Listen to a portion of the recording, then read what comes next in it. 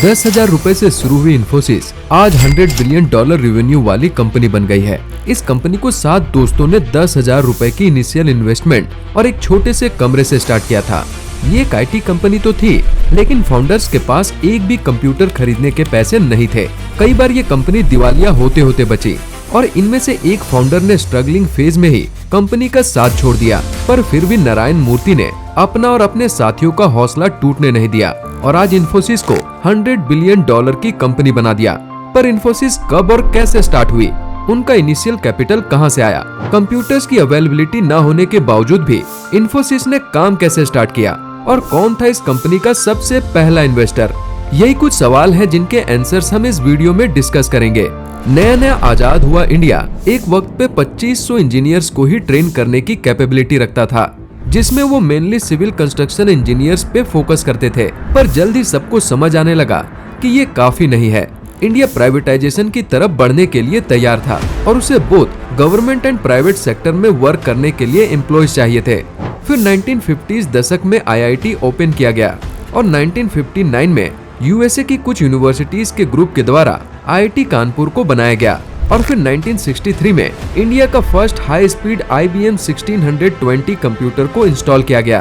Coincidentally ये वो समय था जब नारायण मूर्ति IIT कानपुर से अपने मास्टर्स डिग्री कंप्लीट कर रहे थे एंड इसलिए वो उन कुछ चुनिंदा इंजीनियर्स में से एक बन पाए जिन्होंने कंप्यूटर को ऑपरेट करना सीखा। पोस्ट ग्रेजुएशन के बाद जहां उनके दोस्तों ने हाई प्रोफाइल जॉब्स ले ली, वहीं नारायण मूर्ति ने IIM अहमदाबाद में चीफ सिस्टम्स प्रोग्रामर की जॉब पिक की। पर इस अनयूजुअल चॉइस के पीछे भी रीजन था। नारायण मूर्ति कंप्यूटर एंथुसियास्ट थे और स्टैनफोर्ड एंड हार्वर्ड के बाद IIM अहमदाबाद वर्ल्ड में 3rd ऐसा बिजनेस स्कूल बनने वाला था जहां HP 2108 time sharing computer system setup होने वाला था। फिर उन्होंने अर्ली 1970s में पेरिस में जॉब करने की अपॉर्चुनिटी मिली।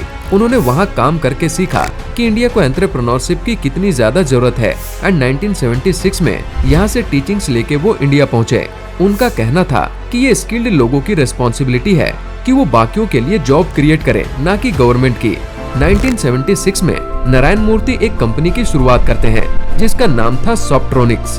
बट ये आइडिया थोड़ा गलत टाइम पे इम्प्लीमेंट किया गया, क्योंकि ना ही तब इंडिया में कंप्यूटर सेटअप करना और उसको परचेज करना इजी था और तो और लोग घबराए हुए थे कि शायद फ्यूचर में कंप्यूटर टेक्नोलॉजी लोगों की जॉब्स खा जाएगी, उसी तरह जैसे आज हम AI को लेकर घबराए हुए हैं। कुछ ही महीनों के अंदर इंडिया में जनता और गवर्नमेंट ने IBM को बंद करवा दिया। ऐसा अनसर्टेनिटी से भरा एनवायरनमेंट होने के कारण सॉफ्ट्रोनिक्स को क्लाइंट्स मिलना बहुत मुश्किल हो गया था और एक ही साल के अंदर कंपनी बंद करनी पड़ी। उसी समय गवर्नमेंट के रूल्स में एक लूप होल सामने आया। लूप होल ये था कि आप कंप्यूटर इंपोर्ट करवा सकते हैं, लेकिन सिर्फ तब जब आप 2 गुने अमाउंट को एक्सपोर्ट कर पाओ। अनलाइक इंडिया, अमेरिका में सॉफ्टवेयर पे बहुत काम हो रहा था और अमेरिका की एक कंपनी लेक्सिस नाम का एक डेटाबेस तैयार कर रही थी जिसमें लॉ के जजमेंट पेपर्स एंड डॉक्यूमेंट्स का डाटाबेस स्टोर होना था। तभी नरेंद्र पाटनी नाम के एक IIT रुड़की ग्रेजुएट को इसमें अपॉर्चुनिटी दिखी और उन्हें पता था कि इंडिया में सस्ते में डेटा एंट्री करवाई जा सकती है एंड इसलिए पाटनी कंप्यूटर्स, जो कि नरेंद्र पाटनी की कंपनी थी, उन्होंने ये कॉन्ट्रैक्ट उठा लिया। उनका काम अच्छा चलने लगा, बट अभी इशू ये आने लगा कि पहले टाइपिस्ट जो थे वो पेपर टेप पंचिंग मशीन्स में डेटा डाल रहे थे एंड देन वो डेटा कंप्यूटर में अपलोड करने के लिए US भेजा जाता था। बट फिर पाटनी ने टाइम बचाने के लिए सोचा क्यों न टाइपिस्ट कंप्यूटर्स इंडिया में ही मंगवा लिया जाए। उन्होंने फटाफट डेटा जनरल कंपनी के साथ एक एग्रीमेंट साइन किया एंड मशीन्स बाय करना स्टार्ट कर दिया। पाटनी जो अमेरिका में थे एंड उन्हें ऑपरेशन संभालने के लिए एक इंजीनियर चाहिए था और ये काम नारायण मूर्ति के हाथ आया। अब पाटनी कंप्यूटर सॉफ्टवेयर डेवलपमेंट का काम भी शुरू कर चुके थे।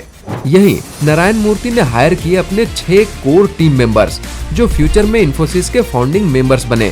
ये मेंबर्स थे Nandan Nilekani, Kris Gopalakrishnan, SD Shibulal, K Dinesh, NS Raghavan and Ashok Arora.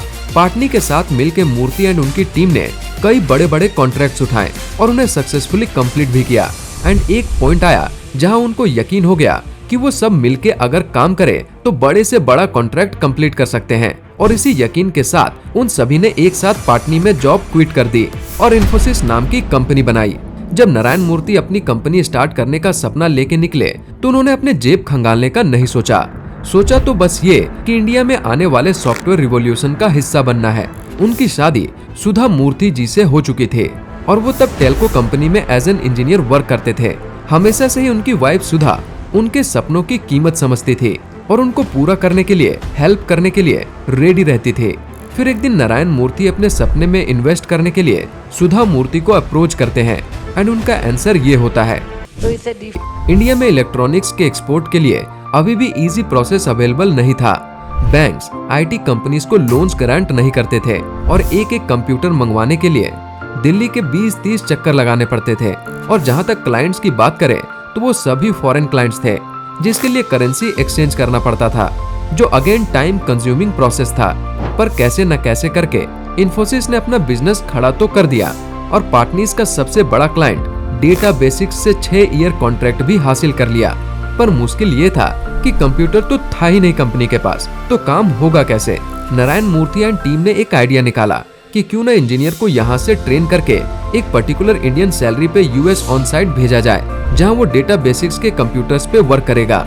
यहाँ इन्फोसिस इंजीनियर्स को Indian salary, transportation fee and local expenses provide करेगी। धीरे धीरे कंपनी के क्लाइंट्स बढ़े एंड इन्फोसिस ने अमेरिका में 2 ब्रांचेस ओपन कर लिए। एक और बड़ी अपॉर्चुनिटी 1989 में खुद इंडिया पहुंची। तब के renowned CEO of General Electric Jack Welch India पहुंचते हैं जीई एयरक्राफ्ट इंजन्स को पिच करने के लिए। पर सामने से उन्हें इंडिया गवर्नमेंट की तरफ से प्रस्ताव दिया जाता है कि वो अपनी कंपनी का सॉफ्टवेयर डेवलपमेंट इंडिया से करवाए। ये एक बड़ा प्रपोजल था, बिकॉज उस वक्त की राजीव गांधी की सरकार अपने इस मूव के थ्रू ये दिखाना चाहती थी कि वो आईटी इंडस्ट्री के लिए चीजें आसान करना चाहती है। गवर्नमेंट ने आईटी कंपनीज के ऊपर रिस्ट्रिक्शंस भी कम कर दी एंड उन्हें विदाउट लाइसेंसिंग कंप्यूटर इंपोर्ट करने की परमिशन भी मिल गई।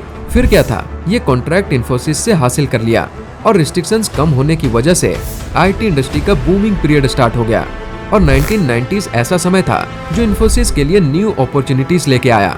ऑन 1 जनवरी 1990 फाउंडिंग मेंबर्स खाना खाने रेस्टोरेंट में बैठे थे, पर खाने से ज्यादा गर्माहट तो उनके बीच हो रही एक बहस में थी। इन्फोसिस को खरीदने का 2 करोड़ का ऑफर आया था और 1 साल पहले ही कंपनी दिवालिया होने से बची थी।